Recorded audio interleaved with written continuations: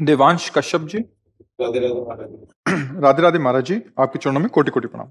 महाराज जी, जब हम कुसंग त्यागने के लिए मित्रों तथा रिश्तेदारों से झूठ बोलते हैं तो फिर मन में जलन होती है कि झूठ क्यों बोल दिया। अब ऐसे में मैं क्या करूं? वो गुप्त भक्ति करने का कांटे से कांटा निकाला जाता है। कांटा लग जाए तो कांटा निकालने के लिए कांटे जैसी आकृति वाला ही यंत्र हो, सुई या कांटा हो, और जब कांटा निकाल देते हैं तो दोनों कांटों को फेंक देते हैं, जेब में थोड़ी डालते हैं। तो झूठ रूपी संसार से बचने के लिए यदि हमको सत्य मार्ग में चलने के लिए थोड़ा सा झूठ करना पड़े तो कोई असत्य नहीं है। जैसे आप अपने को बहुत बड़ा भगत साबित करोगे तो फिर सह नहीं पाओगे, इतना माया का प्रबल रूप है। साधारण आदमी रहो। अब मित्र कहेगा कि आपको शराब पीना है, मेरी रुचि नहीं है।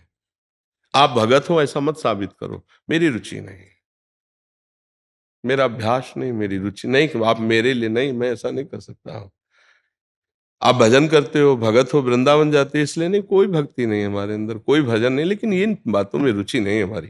बस साफ बात ऐसे करना सीखो। तो अब जैसे किसी रिश्तेदार के यहाँ गए, वहां भक्ष्य पदार्थ बनाए तो हमारे पेट में दर्द है, पाने की रुचि नहीं, ये कोई झूठ नहीं हुआ। हम ऐसा भक्ष्य पदार्थ नहीं पाएंगे, ऐसा कह देने से उसको दुख होगा और वो हमारा उपहास करेगा, बड़े भगत बनते हो यार। अपने को आज हमें उल्टी जैसा लग रहा है, अगर हम थोड़ा भी खाया तो उल्टी हो जाएगी, ये तो नहीं खा सकते। आज हमारी भोजन में रुचि, इसे झूठ नहीं कहते हैं। अब प्रभु के लिए रोना आ रहा है, कोई पूछ रहा है भगवान के लिए रोएगा? मेरे अंदर कहाँ भगवान का प्रेम है, शरीर में पीड़ा है इसलिए रो रहे हैं, ऐसा इसको झूठ नहीं कहा जाता।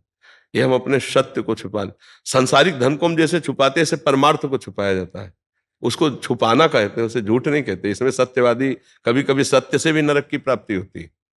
एक जानते नहीं थे इस रहस्य को, तो कुछ दुष्ट लोग गौ का पीछा कर रहे थे उसको मारने के लिए, तो उनसे पूछा, ए गाय किधर गई? बोले वहां उस झाड़ी पे छुपी, मार डाला उस गाय को।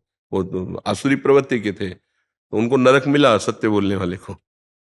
हाँ, कहीं कहीं ऐसी कई जगह है, किसी के प्राण बच रहे हो, हमें झूठ बोल देना है। हमारे भजन को छुपाने की बात, हमें उसमें उसे मिथ्या नहीं कहते। कई जगह ऐसी हैं जहां अपने को सहयोग करना चाहे।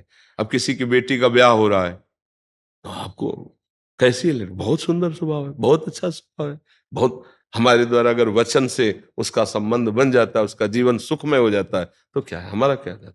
हमारा उस समय थोड़ी हमें बोलना बड़ी लड़ाकू है, बड़ा ऐसा है, तो फिर उसका ब्याह उचट जाएगा।